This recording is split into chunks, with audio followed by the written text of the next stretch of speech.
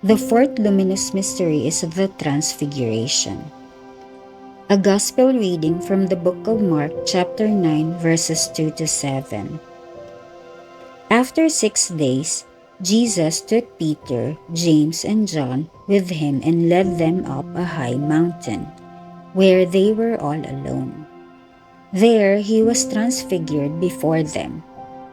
His clothes became dazzling white, whiter than anyone in the world could bleach them. And there appeared before them Elijah and Moses, who were talking with Jesus.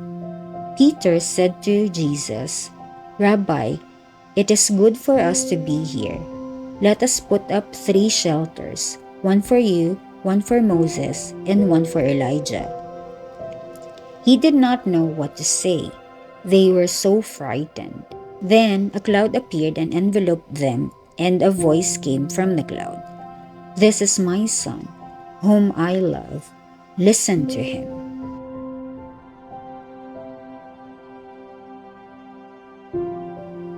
The meditation.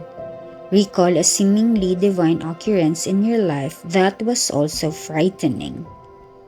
How did you respond to this with all your faith?